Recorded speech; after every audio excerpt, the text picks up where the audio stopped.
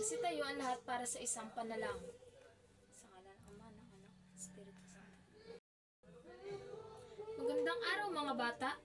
Kamusta naman kayo? May liban ba sa klase ngayong araw na ito? Kung gayon, bago kayo umupo, ay pakiayos ng mga bangko at pulutin ang mga kalat.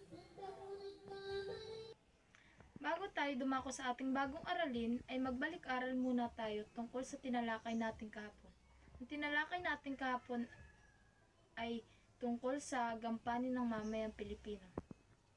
Class, may inihanda akong larawan para suriin ninyo. Ano ang napapansin mo sa unang larawan? Janine. Tama. Ito ay ang tamang pagboto. Sa pangalawang larawan naman, Aizel. Okay. Ito ay pagninegosyo. Tama ang inyong kasagutan. Kung gayon ay lubos na niyong nanawaan ang tinalakay natin kahapon. Bago tayo dumako sa ating bagong aralin, ay may handa akong gawain sa inyo. Pakibasa ng panuto, Mr. John Lee.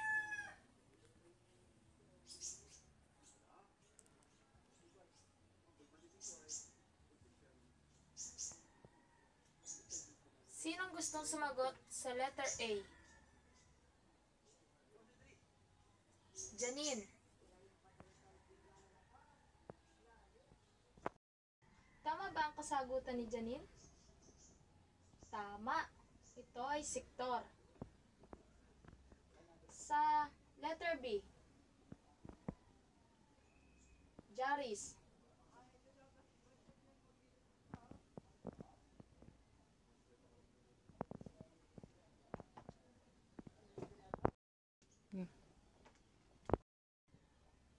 Tama ba ang kanyang kasagutan?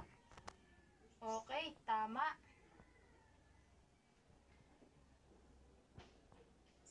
Sa letter C, Charina. Pakibasa. Tama ba ang kasagutan ni Charina? Okay, tama. Agrikultura. Ang nabuang salita ay sektor ng agrikultura. May kaugnayan ba ito sa ating bagong aralin? Kung gayon, ang ating bagong paksa ay tungkol sa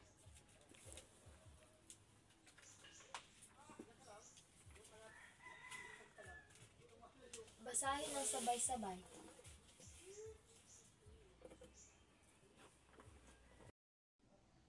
Ngunit bago tayo dumako sa ating bagong aralin, ay pakibasa ng layunin. Sabay-sabay. Okay class, may nanda akong mga larawan. Tukuyin ang mga gawain ay pinapakita sa larawan. Sinong nais sumagot sa unang larawan? Densir.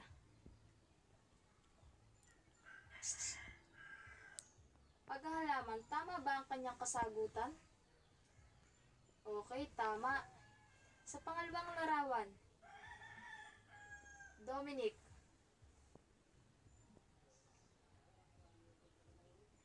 Okay, paghahayupan. Sa pangatlong larawan, Mingo.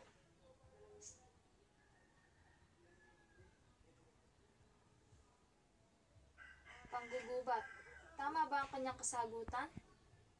Okay, tama. Sa pang-apat na larawan, Ginis.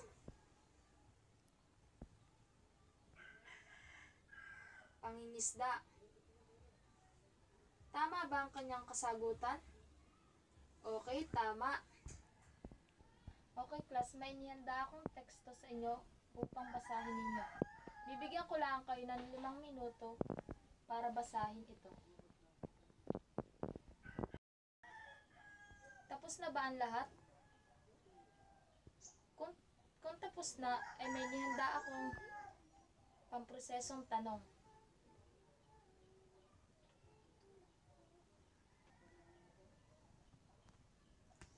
ang sektor ng agrikultura? Francis. May karagdagan ka pa ba, Marjun? Okay, tama ang inyong kasagutan.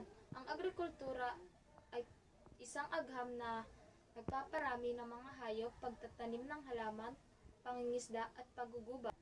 Sa pangalawang katanungan, ano-ano ang mga bumubuo sa sektor ng agrikultura? Jinaisa.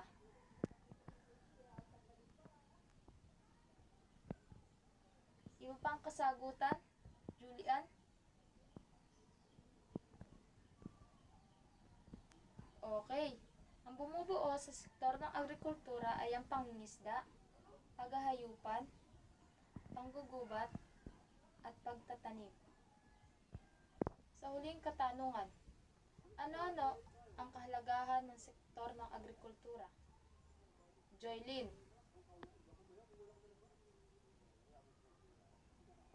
Iba pang kasagutan? Althea.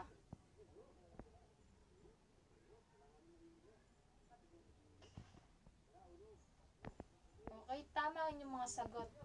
Ang kahalagahan ng sektor ng agrikultura ay ang pinagkukuhaan ng mga ilaw na material, mga pangunahing pagkain ng mga mamamayan at nagkakaloob ng hanap buhay.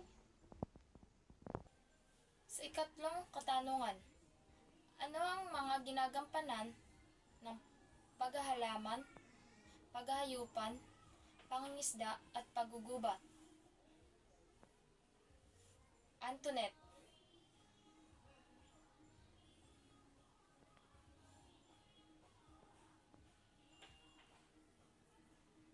Iba pang kasagutan? Leia. Okay, tama ang inyong mga kasagutan. Upang lubos na maunawaan ninyo ang ating aralin, ay papangkatin ko kayo sa 3 pangkat. Ito ang magiging unang pangkat, pangalawang pangkat, at pangatlong pangkat. Pakibasa ng unang pangkat. Michelle.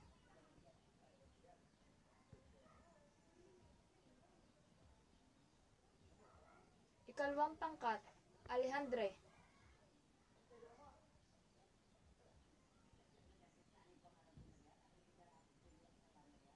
Ikatlong pangkat, Isaac.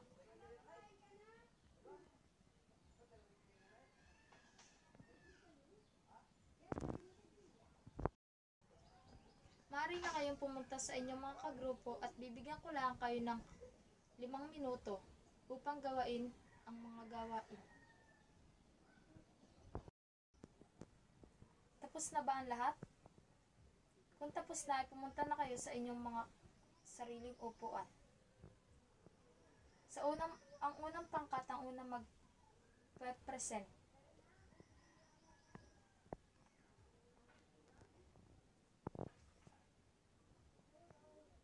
Palakpakan ang unang pangkat. Pangalawang pangkat.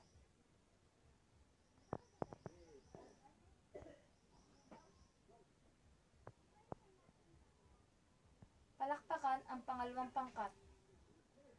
At ang panghuling pangkat.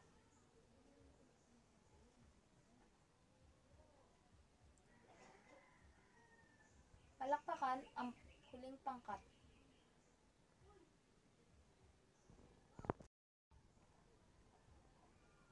Ngayon naman ay bibigyan ko ng mga puntos ang bawat pangkat. Idea at nilalaman. Unang pangkat.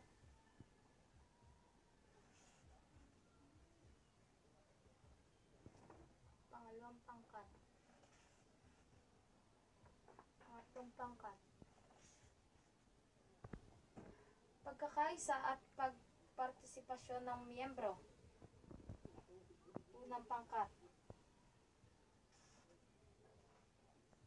Pangalawang pangkat. Pangatlong pangkat. Impact sa panonood.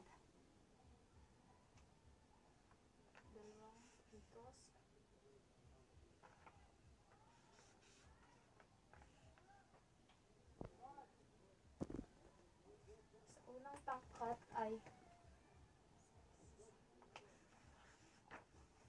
8 puntos.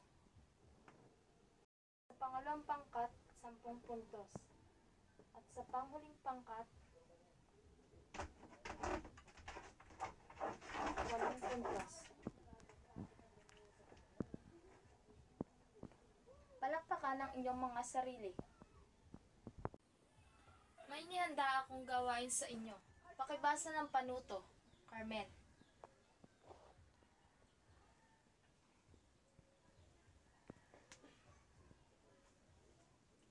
Sino ang nais sumagot sa unang bilang? Jeneline Ribas.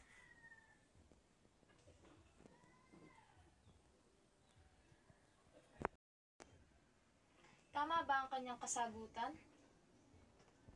Okay, tama. Ito ay tumutukoy sa paghahayupan. Sa pangalawang larawan, Bea.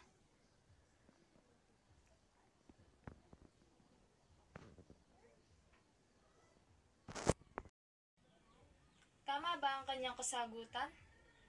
Okay, tama. Ito ay tumutukoy sa pangingisda. Sa pangatlong larawan, Jessica.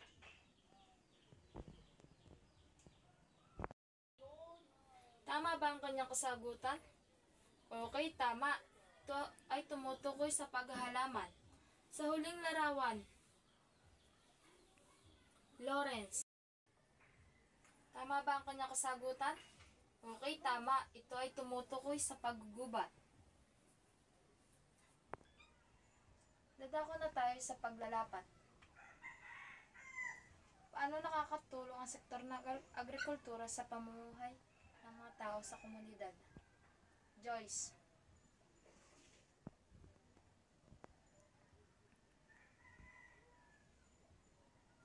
Iba pang kasagutan, Romar.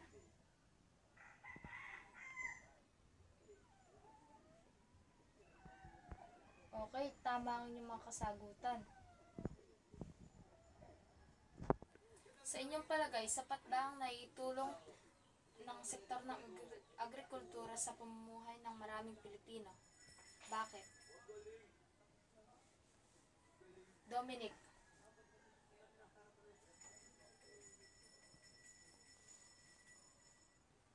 Iba pang kasagutan, Julian.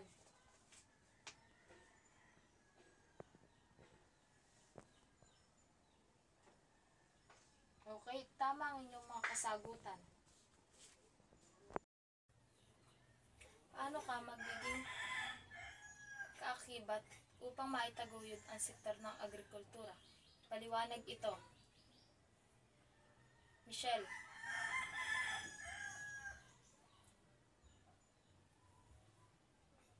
Iba pang kasagutan, Roslyn.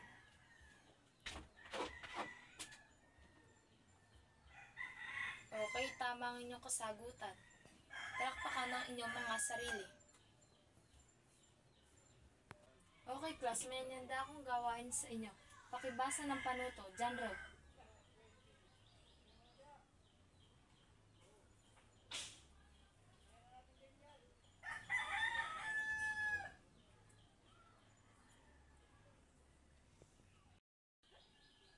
Okay, class, may nihanda akong gawain sa inyo. Kumuha ng ika-4 na bahagi ng papel at sagutan.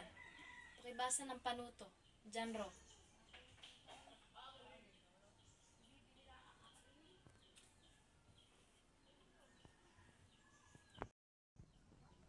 Tapos na ba ang lahat? Sino nais sumagot sa unang bilang? Jessa.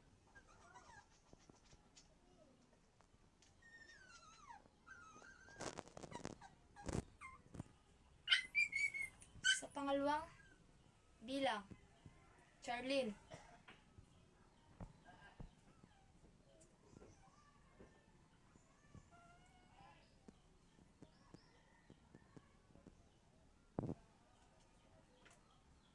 Sa pangatlong bilang, Ella.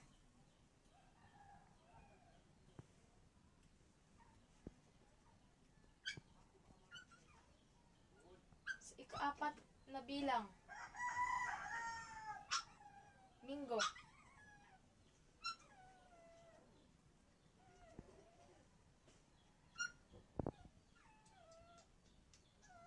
At sa huling bilang, Lawrence.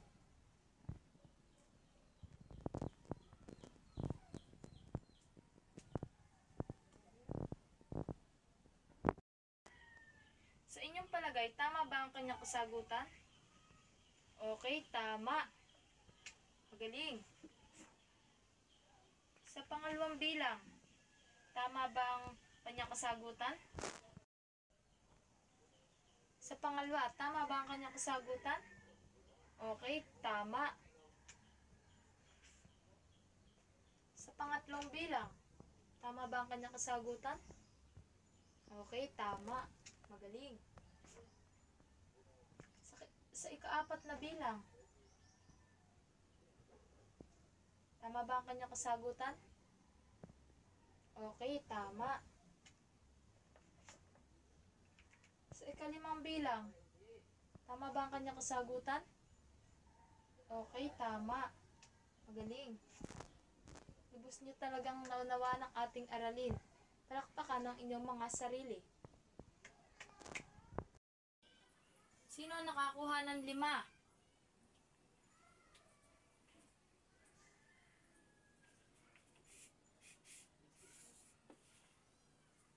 4.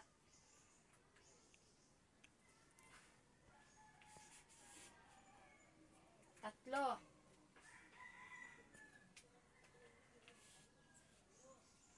1.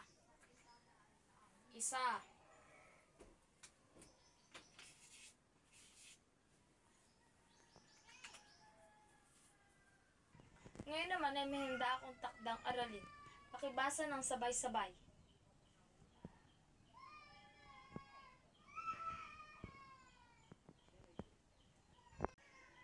Magsitayo ang lahat para sa pangwakas na panalangin.